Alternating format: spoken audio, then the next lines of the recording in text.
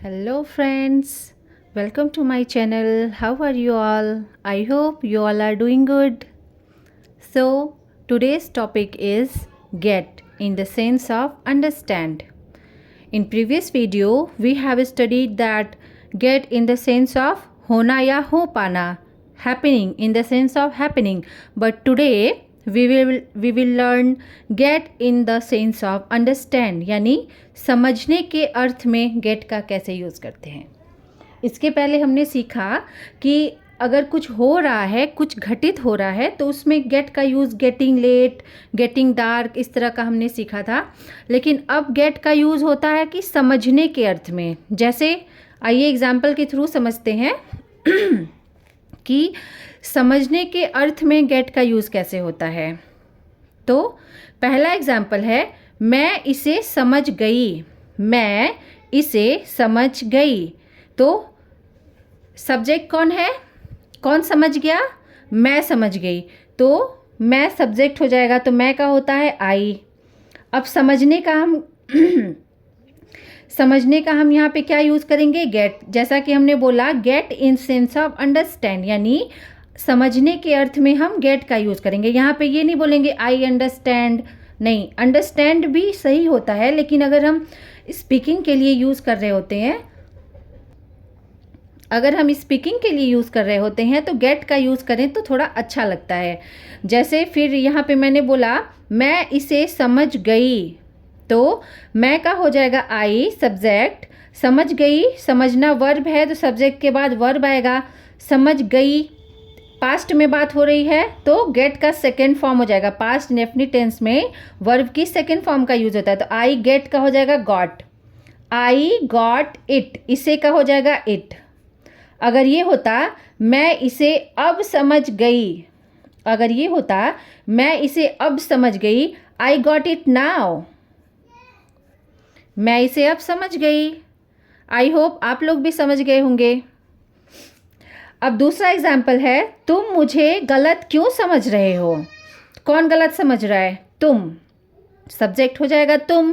अब यहाँ पे बीच में क्यों आ रहा है, यानी कि क्वेश्चन वर्ड इंट्रोगेटिव है, और रहे हो है तो प्रेजेंट कॉन्टिन्यूअस टेंस है, तो उसके हिसाब से हम इसको सॉल्व करेंगे. तो जब बीच में क्यों आ जाता है तो उस क्यों की इंग्लिश हम वाक्य में सबसे पहले लिखते हैं. तो क्या लिखेंगे क्यों का? वाई. अब कौन गलत समझ रहा है? तुम. तो वाई के बाद हेल्पिंग वर्ब हो आर आएगी, तो वाई आर. और कौन गलत समझ रहा है? तुम. तो सब्जेक्ट हो जाएगा यू. Why are you. अब वर्ब क्या है? समझना. वर्ब क्या है? समझना. तो समझने का इंग्लिश हम यहाँ पे क्या यूज़ करेंगे? गेट. तो why are you getting, continuous tense है प्रेजेंट, तो गेटिंग हो जाएगा गेटिंग. अब किसे गलत समझ रहे हो? मुझे. Object me. Why are you getting me wrong.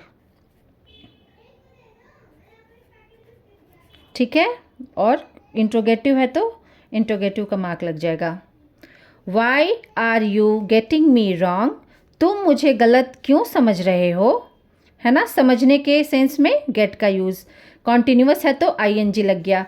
अब नेक्स्ट एग्जाम्पल है, मैं इसे समझती हूँ कि वह लापरवाह क्यों है. मैं इसे समझती हूँ, सब्जेक्ट कौन हुआ? मैं. तो आई. समझती हूँ प्रेजेंट इंडेफिनिट टेंस है, तो गेट. I get it.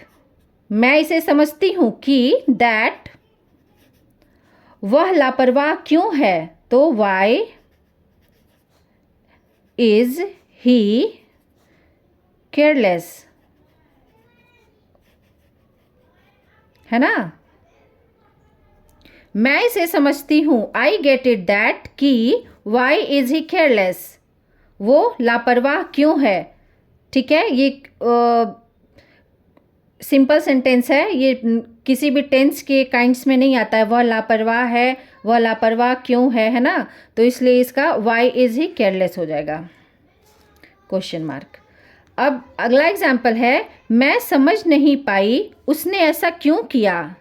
तो मैं समझ नहीं पाई, यानी पास्ट में बात हो रही है, तो पास्ट इंडेफिनिट टेंस है, तो आई डिडंट आई डिडंट जब नेगेटिव होता है तो फर्स्ट फॉर्म लगती है वर्ब की।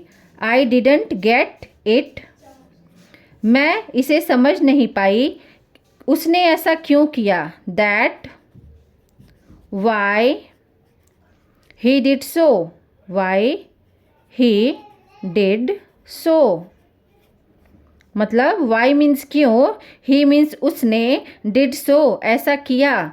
आई डिडेंट गेट मैं समझ नहीं पाई दैट कि वाई ही डिड सो उसने ऐसा क्यों किया।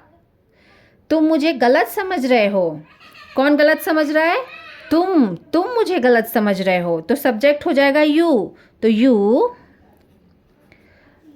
यू के साथ हेल्पिंग वर्ब आर लगेगी, प्रेजेंट कॉन्टिन्यूअस टेंस है रहे हो, तो यू आर, समझने का क्या मैंने बोला, गेट लगेगा तो गेटिंग हो जाएगा, प्रेजेंट कॉन्टिन्यूअस टेंस है तो यू आर गेटिंग मुझे, me, you are getting me wrong, तुम मुझे गलत समझ रहे हो। अब नेक्स्ट एग्जाम्पल है, क्या तुम इसे समझ पा रहे हो, क्या तुम इसे समझ पा रहे हो, ये आप लोग सॉल्व करेंगे, ये आपके लिए होमवर्क है।